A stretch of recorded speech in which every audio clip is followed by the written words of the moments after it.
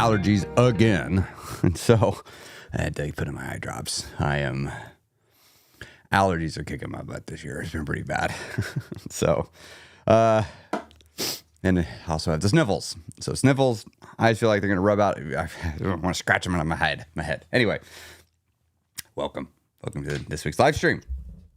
This week, I'm going to do something I've done here before. We're going to talk about we're going to pick a problem, and I'm going to just sort of strategize with you live. I've gotten back into chess lately. I love chess. It's fun. Before I started my own business, I actually played every day. I mean, I was a regular chess player, but I had to, when I started my own business, I needed to put everything on the back burner.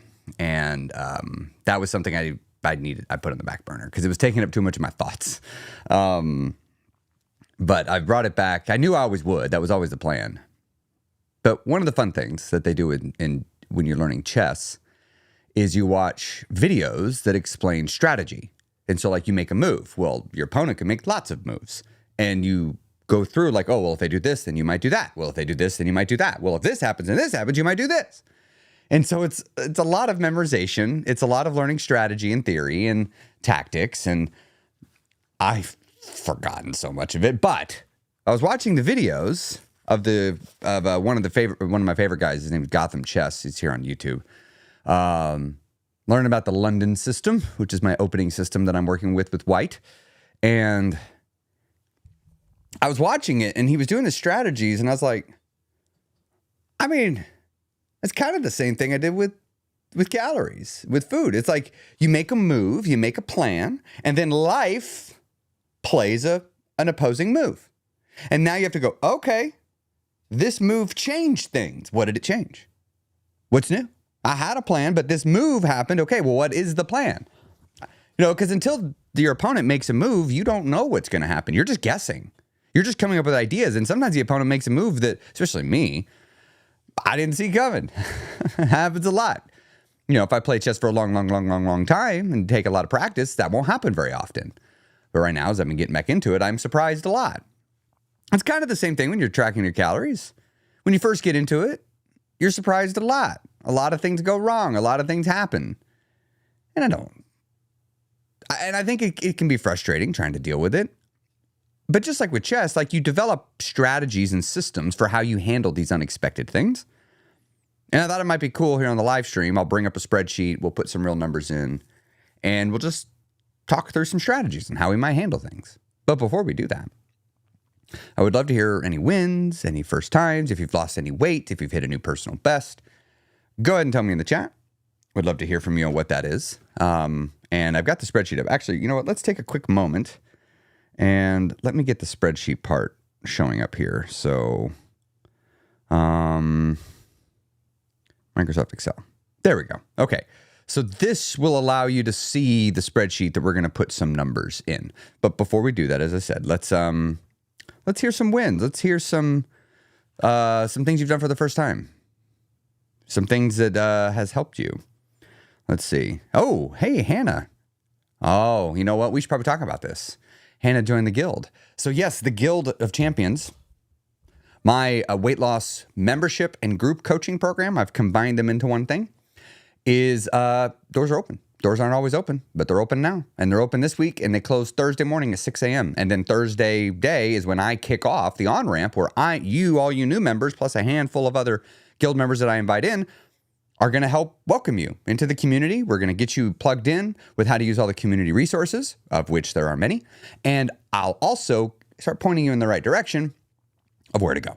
When you first join the guild, you're going to be given a course. So hopefully, Hannah, you've already seen lesson 1. You're welcome to have already started it. If you did, the introduction at a minimum. But I guide you through. So if you're like day 0, you haven't lost a single pound. You're like, I don't know what to do. I don't know how to lose the weight. You can head on over to theguildofchampions.com. You can join the guild, and I will get you started from ground zero. If you're already on the journey, you're going to love the guild because you didn't realize how much you needed a supportive community until you have one. And then when you have one, you're like, this is the missing link. I've needed this. This is what I need. So go check it out, guildofchampions.com. And if any guild members in here, let me know. We had another person join the guild. Excellent. Ashley. I didn't gain any weight, while my parents were visiting last week. I'm assuming based on your comment in the past, you typically would. So that's excellent. Maintenance is always important. Let's see. What's our next one here? My big win is I'm officially under 100 kilos. Woohoo. And 1 more kilo to go, and I've lost 25 kilos. Hold on, let me do the math. I got to convert that to pounds for my American brain. 2.2 times... Oh, just 100. 220 pounds. Wow. Excellent. So in the guild, we... you're well on your way to getting to Wonderland. Nice. Wonderland's such a fun one. Wonderland in pounds. Do kilos have an equivalent? I just realized I've been doing this for years and I've never stopped and pondered that. Like in pounds, we say Wonderland or Tutopia is what we're calling it in the guild for when you go from 300s to 200s because we have people that do that. Does the kilos, do you have something equivalent that you're talking about? If so, let me know in the chat. I'd be kind of curious to know. Let's see. Renee. PR'd my mile time running with my dog by an entire minute. Fantastic. I also had over 12,000 steps every day for the last 10 days in a row. That's a win. Wait, are my things working? I still have not been able to figure out how to get these things working. Are they working? No, they're not working. I have like all these celebration things. These started working the other day. Nope, they're not working now. I don't even know. Oh, wait a minute. I wonder, is it my back? No, I'm not going to troubleshoot this right now. Kristen, I'm at my recommit phase on the mountain after a month off with moving. And man, I'm excited and not beating myself up for the time off. Well, here's the thing. If you maintain, you're right. There's no reason to beat yourself up or think anything other than excellent, job well done, and move on. If you gained weight, I don't want you to beat yourself up, but I do want you to look back and go, where did I fail? Where did I mess up? If you gained weight when you were moving, you made mistakes. It's not bad. What do I say at the beginning of every podcast? What challenges did you go through and what failure did you experience? Come on now, don't let a perfectly good failure go by without you getting your lesson because that's your reward for your troubles. So if you gained any weight and you don't turn around and go, what did I do wrong? And get a lesson from it, you went through all of it and you gained the weight for nothing. Don't gain it for nothing. Now, if you maintained your weight, cool. Everything I just said you can ignore because that doesn't apply to you. But great. That's excellent. And definitely don't look back with the objective of being critical and beating yourself down. You could look back and go, all right, what did we do well and what could we do better? And you should definitely know the answers to both of those. But that's excellent. I love that one. Jenny joined a local runners group. Ooh, I like that one. Taking the stairs to my office for the last few days on the fifth floor. Damn. Nice, Joseph. I mean, I'm not surprised. I've seen what you could do with the Tough Mudder, but nice. Let's see. Looking here. Oh, apparently I forgot my water bottle at home. My wife will bring it to me. Thank you, dear. Let's see. What else we got? Susanna, joined the guild back in September. Best decision. Definitely needed this community. All welcome to join us. Yes. If you're not in a guild and you are struggling with your weight loss journey, why aren't you in the guild? We will fix that. The number of times I've heard people say the thing that kept me going was my OSPs. It's an acronym we use in the guild. OSPs stands for only supportive people. Because you don't want to talk to you don't want to talk about your weight loss journey to people that aren't supportive of your goals. Don't waste your time talking to them. They're just going to distract you. Push through an incredibly long plateau. Finally, the scale is moving. I did a little mindset change, and that may have helped. Probably. Mindset changes make a big difference. All right. I love them. So great wins, everybody. I love them. Thanks for sharing your wins. Thanks for sharing your victories. If I see a few more trickle in, I'll call them out as I go. But why don't we jump into this spreadsheet here? So let's see. Hold on. We'll bring that screen back up, which is right here. There we go. All right. So you should be able to see. Oh, that aspect ratio is terrible. Let's make this where it's. Oh, that's not working at all. And there it goes. Now it fills the window. That's better. We'll zoom that out a little bit. All right, so what we've got here that you can see, this is how I teach approaching food and calories in the guild. This is how I do it. So for those of you that aren't in the guild, this may be, I've never seen anybody teach it the way I'm about to show you. I don't know anybody that does it this way. I'm sure people do. It's not common. Whereas in the guild, this is just normal. This is how we look at it. You see, I used to think of my weight loss and my food very much as like the day. But I started realizing the reality is I have multiple meal blocks. So I have, and you'll see I have them listed here up top. So I've got breakfast, snack 1, lunch, snack 2, dinner, snack 3. At first, I used to just have breakfast, lunch, dinner, and snacks. The challenge with approaching it that way, and there are some real drawbacks to approaching it that way, is you don't know when you ate your snacks. And for a lot of you, your snacks are going to be the thing that gets you. So we want to be mindful of when did you consume the food. But I don't know that it's necessarily worth the trouble to get it down to the hour. I have done that. I've done it multiple times. And you know what? It's never once been information that was useful to me. Every time I've tried, I'm like, I'm going to use this. Do it for like 2-3 weeks. And I'm like, I don't know what I'm going to use this for. Like, I'm chasing this level of precision and I can't explain to myself what I'm going to do with it. Like, why do I have this data? Because it didn't really help inform decisions. So I started thinking of it like, well, I eat breakfast. Like when I wake up, from the moment I wake up until I eat a breakfast size meal, which for me was anything really 170 calories or above, that's breakfast. But it's just the first time I eat, that's breakfast. Break the fast, breakfast. And I'm like, our breakfast is done. And now I have to make it to lunch. I have calories. I know I'm eating lunch. But if I eat too much between breakfast and lunch, I'll have too many calories. So I started thinking, I'm like, well, I would give myself like maybe 200 calories for the morning. And I started thinking like, well, if I have 50 calories at 10 a.m. and then another 100 calories at 10:30 and then I have lunch at noon, like, who cares? Like, or if I just have no calories and then I have 200 calories at 11 and then I have lunch at 12, who cares? If I have 200 calories at 9 a.m. and then have my lunch, who cares? I just started thinking like, I've given myself a certain amount of calories to last this block, this snack block. Sometimes the amount of calories was 0. It's Chris, you're not eating this snack block. You got to make it. It's a food desert, all right? You had your breakfast, you going to make it to lunch. And if you get hungry between now and lunch, that's going to suck for you because you're just going to sit in it. Because you're going to eat lunch, you already know what you're going to eat for lunch, and you're not an asshole anymore, so you know that being really hungry doesn't mean you need to eat a larger volume of food. I'd learned that. Some of you might not know that, so maybe we should stop. Let's call attention to that. When you are more hungry, your stomach didn't magically get bigger.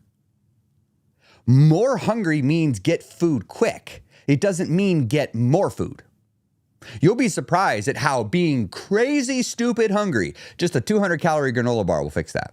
You don't need 900 calories of pizza to fix that. A 200-calorie granola bar will take care of it for you. A handful of beef jerky will take care of it for you. An orange will take care of it for you. It's not necessarily going to buy you a long time. Oh, my stepdaughter's here with my water bottle. Thank you, Scarlett. You're welcome. Do you want to say hi to everybody? Yeah. Okay. This is Scarlett. You can say hi. You can see right here. You can see what they're seeing. Say hi to the microphone. Hello. This is Scarlett, my stepdaughter. Say hi to YouTube. Hi, YouTube. Okay. All right. Thanks. You going back to your workout? Yes. All right. She and her mom work out together. So, thanks, Scarlett. Tell your mom I love you. All right. Well, I might as well get a drink of water while I'm here. Tasty. So, let's come back to it. Calories. Let's go back to the spreadsheet. So, when I'm thinking of my calories, let's say on Monday, I wake up on Monday and I had 170 calories for breakfast. Just a little tiny nothing, right? It's like a granola bar, we'll say. Say I had a granola bar. I'm just like, call it good. But I'm going to give myself 100 calories for snack 1. I can have these 100 calories whenever I want between breakfast and lunch. And I can divide it however I want. I can have whatever I want of it. And so let's say I go through the day and I have 75 calories. Well, hey, I had 100 calories budgeted for myself. Well, what if lunch I had 700 calories budgeted? Well, now I could have 725 calories for lunch. So let's say I did that. Let's say I shuffled those extra 25 calories to lunch. I'm on target, even though I went over my budget for lunch, but I was under my budget for snack 1. Y'all, sometimes you got to think this way. You don't got to do it forever, but there's a lot of benefit to thinking this way for a handful of months. It really helps you get a sense of what you're eating. And can I tell you where I got this? I know exactly where I got all this from. Money. Turns out, if you just approach calories the same way you approach money, psychologically, the behavior stuff translates back and forth almost perfectly. That's why I love it when a person's like, tracking calories is disordered eating, man. You can't track your calories. That's an eating disorder. I can't, don't talk about the calories. Don't show me the calories. It's disordered eating. And I'm like, that'd be like going into a grocery store, be like, how dare you display the prices of these pants that I wanted that I totally can't afford? That's disordered spending. You can't make me have a disordered spending where I have to look at the prices before I buy it and make sure I have the money. Why would I do that? I have a credit card. I could just get it and not worry about it. Future me is going to deal with the problem.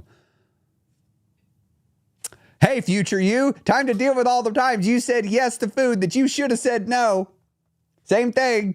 Same thing as when you wake up in a bunch of debt and you're like, shit.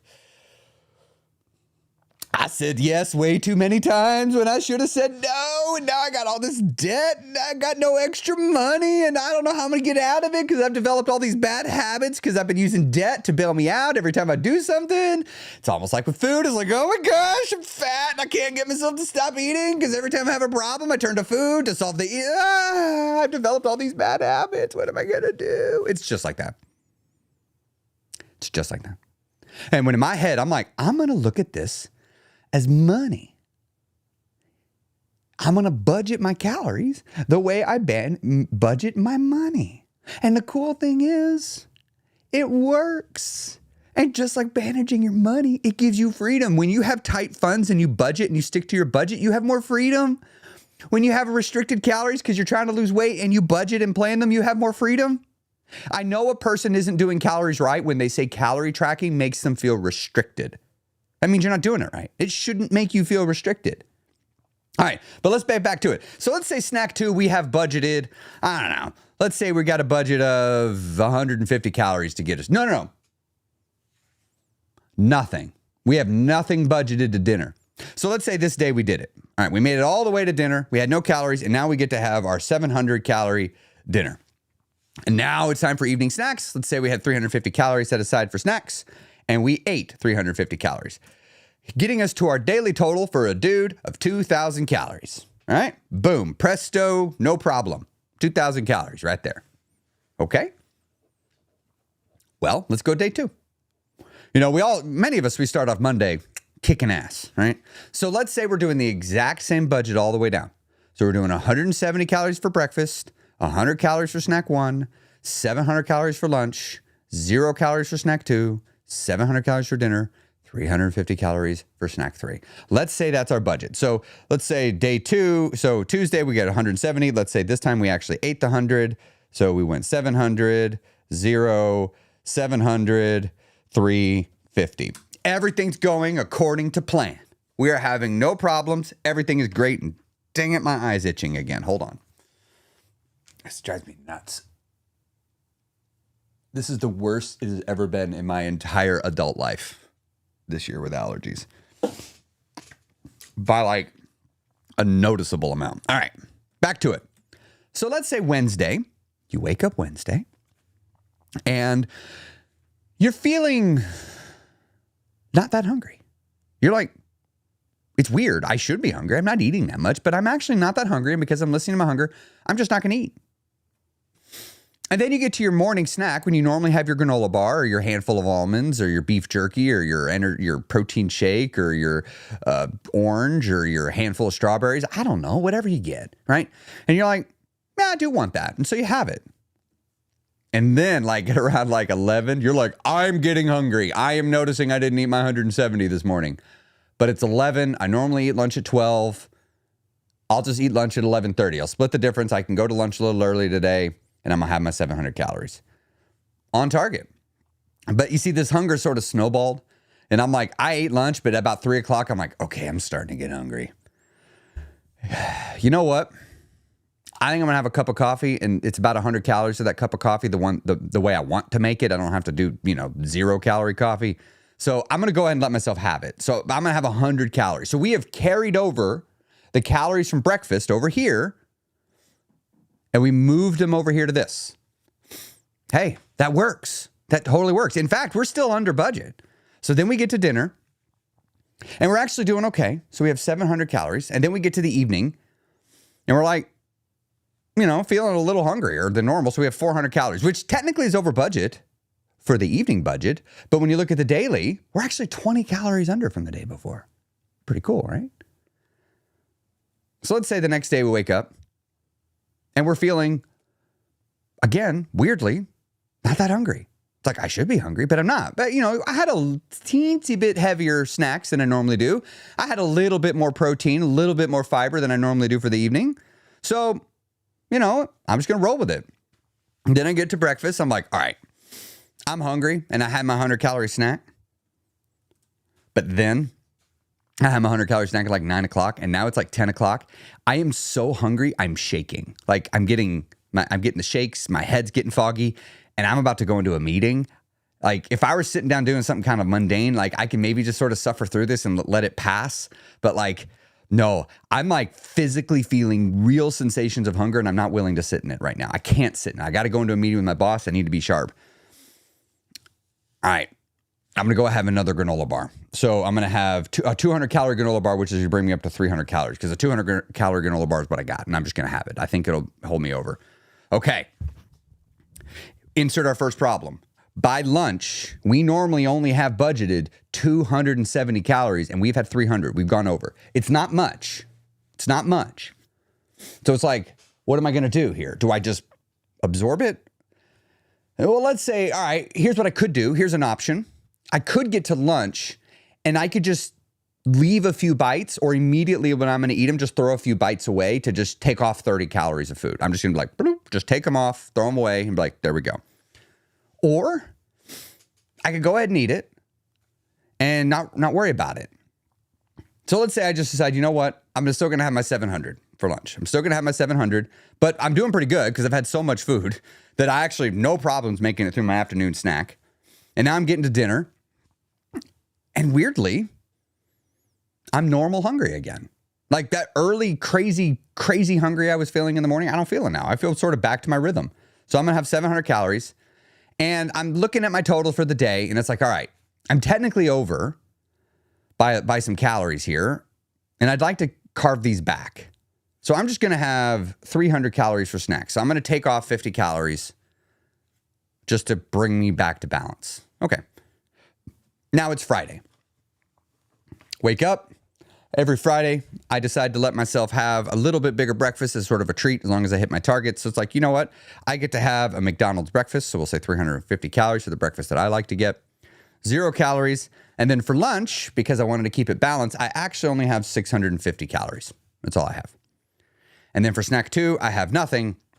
And then for dinner, I have 600 calories because now I get to have 400 calories for my evening snacks. So see, it's totally different, totally offset. Now we're kind of painting a picture of an ideal scenario here. Actually, let me check the chat, see if we got any questions or anything that's popped up in here. I don't see anything. No. Okay, good. So if you have any questions, feel free to ask them in the chat if you're curious about this. But now you wake up in the morning and you're not paying attention. You just kind of get to your day. You go out and do some yard work. You're just barreling through. And next thing you know, you have made it all the way to like 3 o'clock and you haven't eaten anything. And you're like all of a sudden famished. I mean, famished. And you're new in your journey. You don't know how to handle it.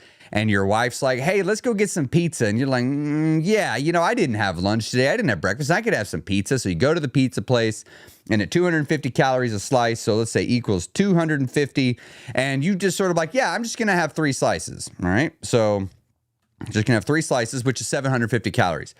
But when you got there, you were so crazy, stupid hungry. And you got pizza, which tends to kind of trigger that like craving, that urge to eat more. You actually ended up having 5 slices of pizza. So now you're 1,200 calories by this point.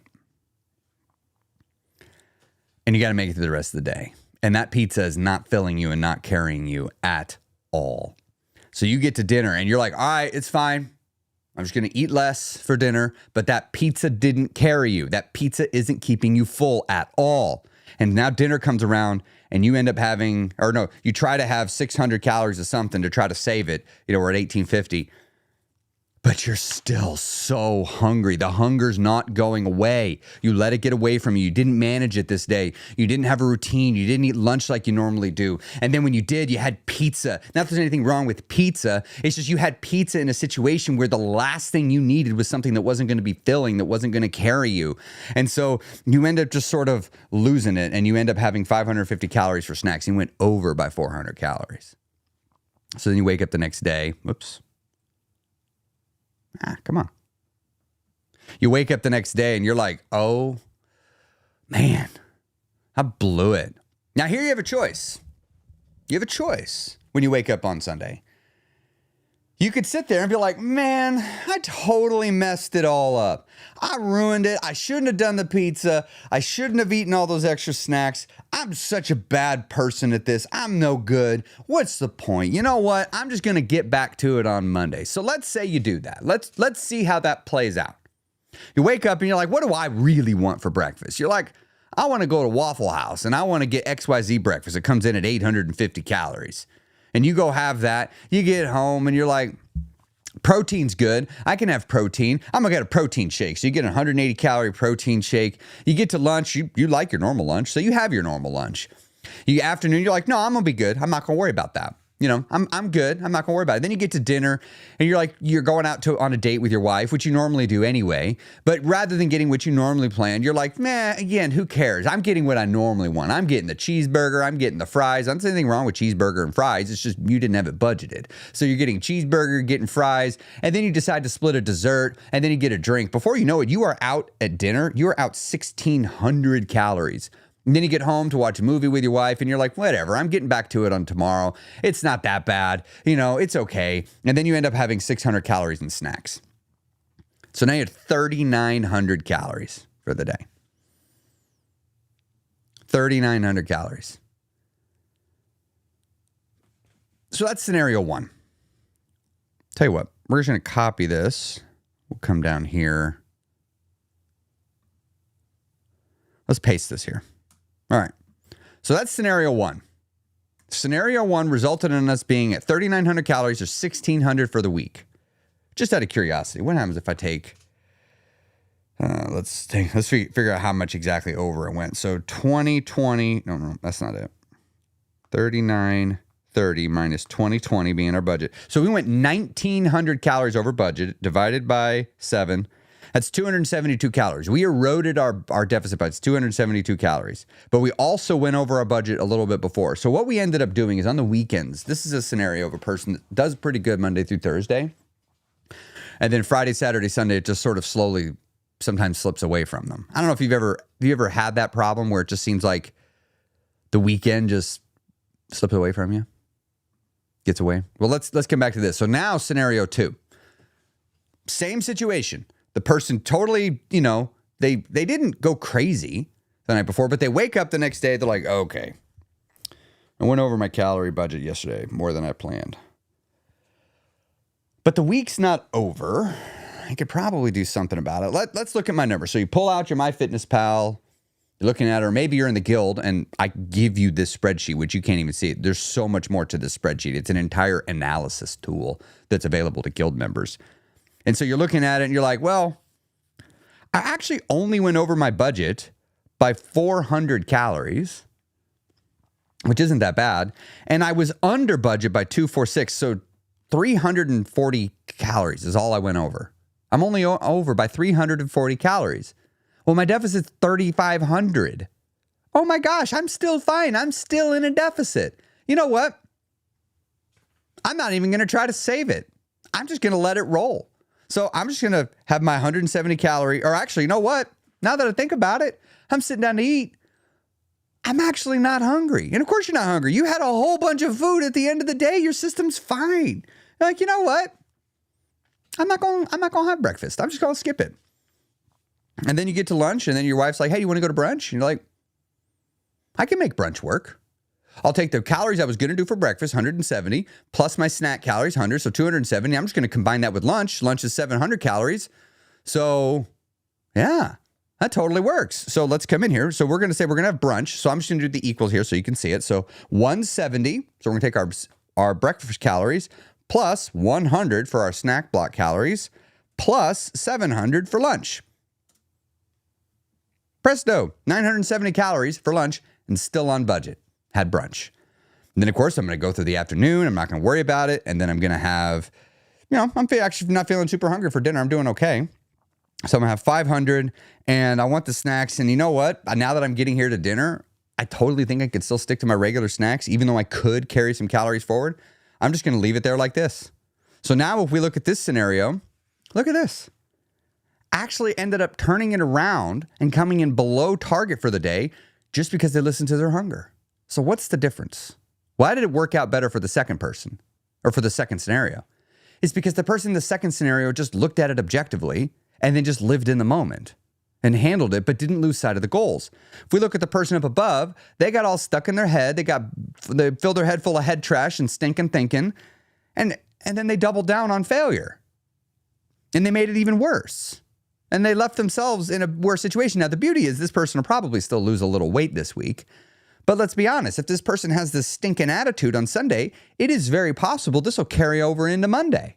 Even though this person said they're going to get back to it on Monday, they might not, because now they've just been kind of like, oh, I already messed up, so I'm just not even going to care. And they're reinforcing the old habits. And how do you think I know this, y'all? I know this because I did this song and dance. It wasn't until I put it on paper and I started looking at it that the song and dance became apparent to me that I was doing this.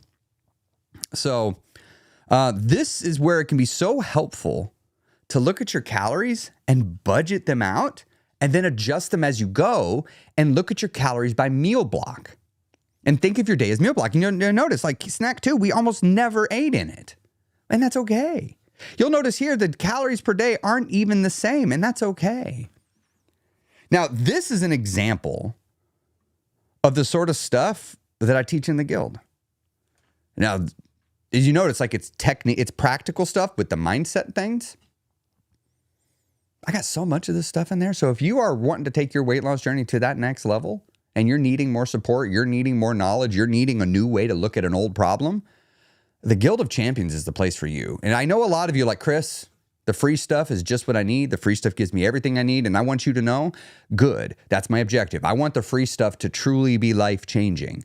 But I just want to be clear. It's not the same.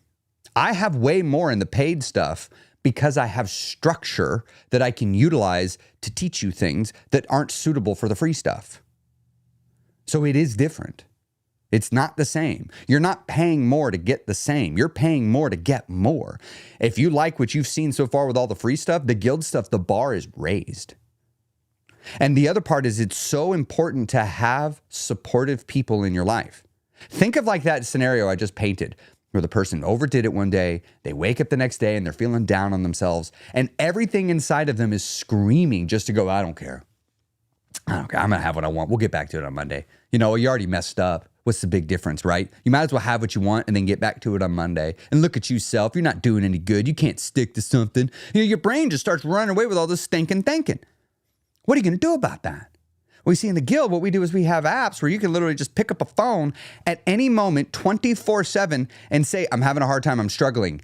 And people will come running to your side to help encourage you and keep you going because they're supportive.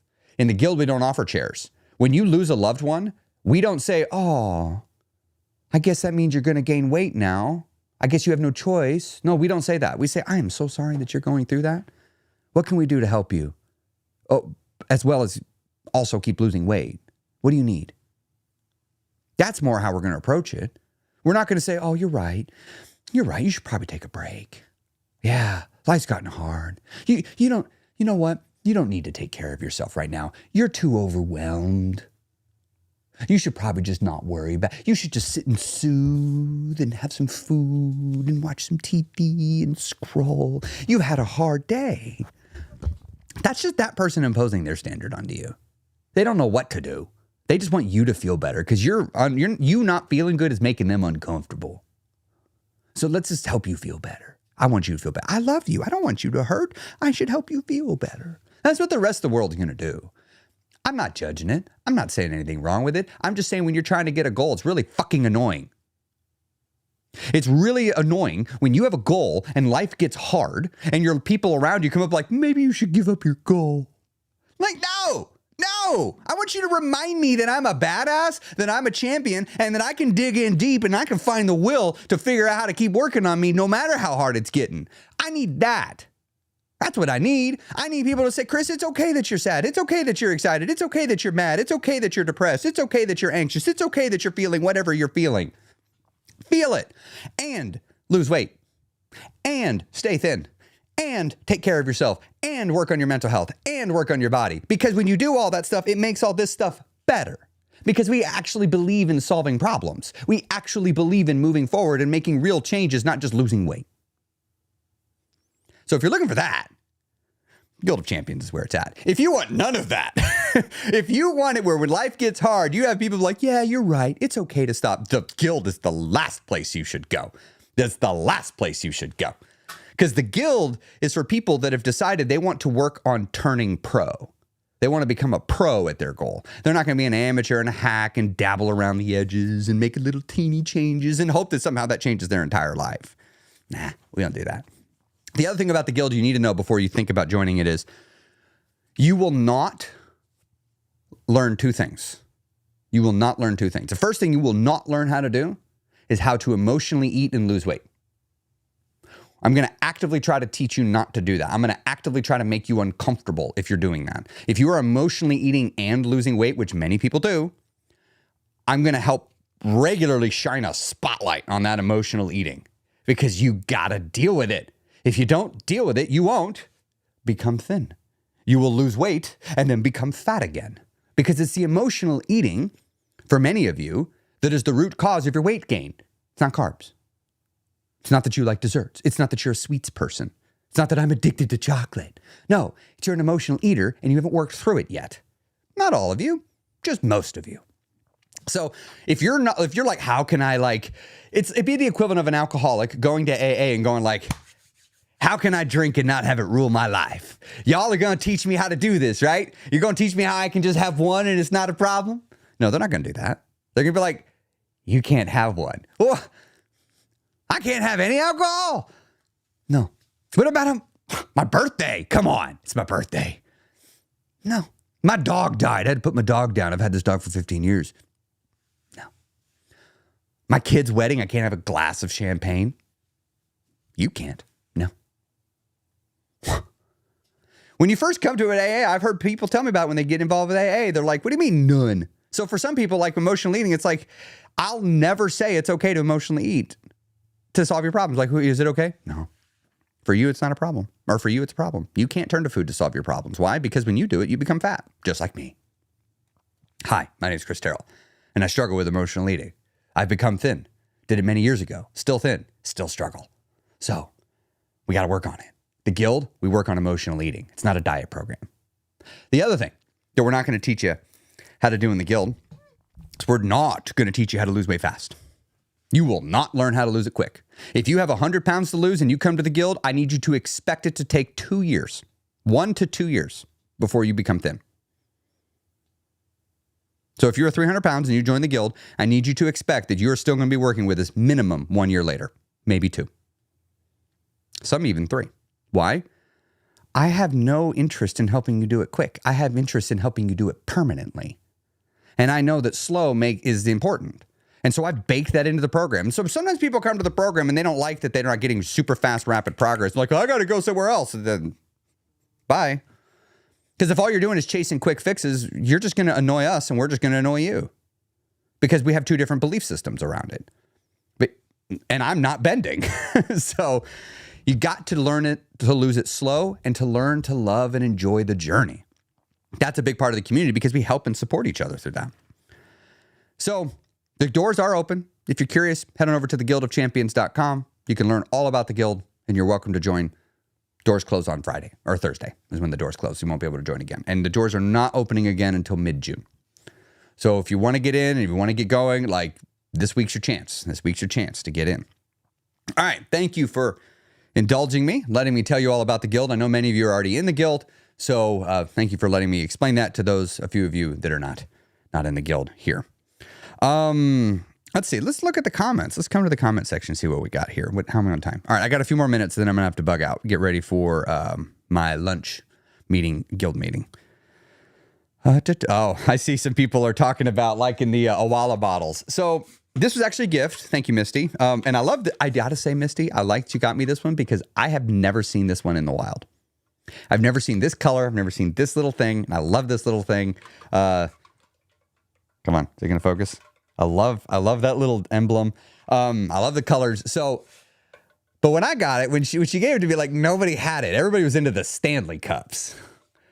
And I've always actively avoided a water bottle trend, like, because I think they're silly, because it's a stinking water bottle. But then I got this one. I was like, okay, the whole straw pour thing, dope. Like that's awesome. Big fan. Oh, wow, that's gross. I need to clean that.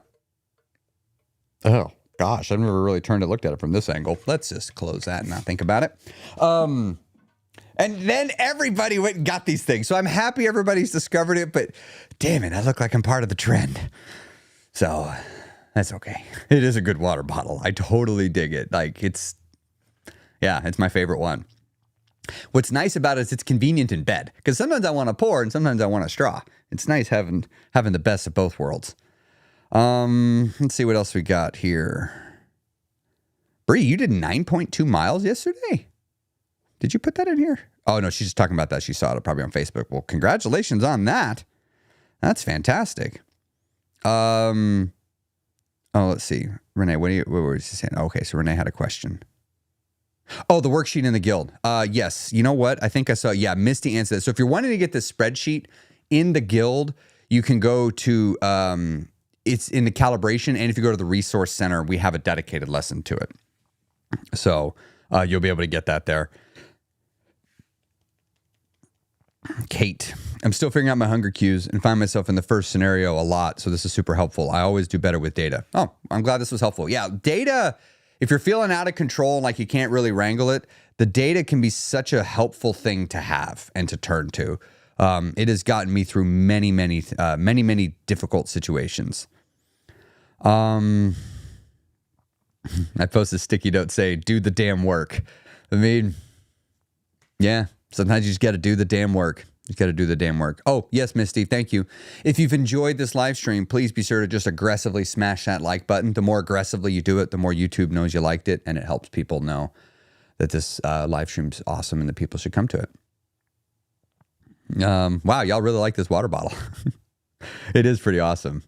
Oh, Misty, you bought an air tag so you wouldn't lose it. I have lost a favorite water bottle. That made me so sad. That made me so sad. All right. Tell you what, I'm going to go ahead and wrap up here. We didn't see anything more in the comments. Oh, wait, hold on. Could have done a half marathon, but didn't have any nutrition or water or good shoes. Okay, I have found myself in a situation where I was running and I'm like, I've run out of food and water. I cannot keep going without food and water. I've been there. So hang in there. You just keep going. You just keep going. Oh, life for Cherie. Finally got the scale moving again. Good job. Down 9 pounds in the last couple of weeks. Fantastic. Back to my low pre-gallbladder surgery weight at 50 pounds lost since May, 85 pounds total. Excellent. Congratulations. Keep going. Take your celebration, then leave it behind you and go get the next pound. All right. We're going to wrap up. Thanks so much for being here. Thanks so much for hanging on the live stream. To those of you guild members, look forward to seeing you at the habit-based weight loss at lunch today. This is a good one to come to specifically. If you haven't even come to any of the habit-based weight loss programs so far, because maybe it wasn't right for you where you're at, come to today's.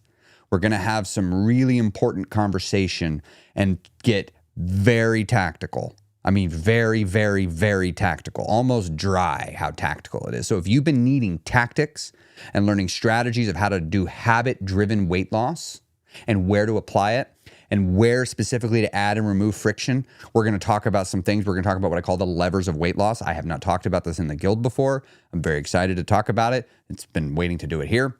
So hopefully I'll see you all there then at 12 noon. And if you have not joined the guild, guess what? If you join now, you could actually still come. You could join it and then come to the session. Even if you've not been to any of them, you could come to this one. So I would love to see you there. And to those of you new guild members, welcome to the guild. I'll see you on Thursday in our dedicated new member meeting. Make sure you sign up for the on-ramp so that I get you there. Don't worry. Someone will chase you down if you didn't sign up for it. We will make sure you're in it. All right. Have a great day, everybody.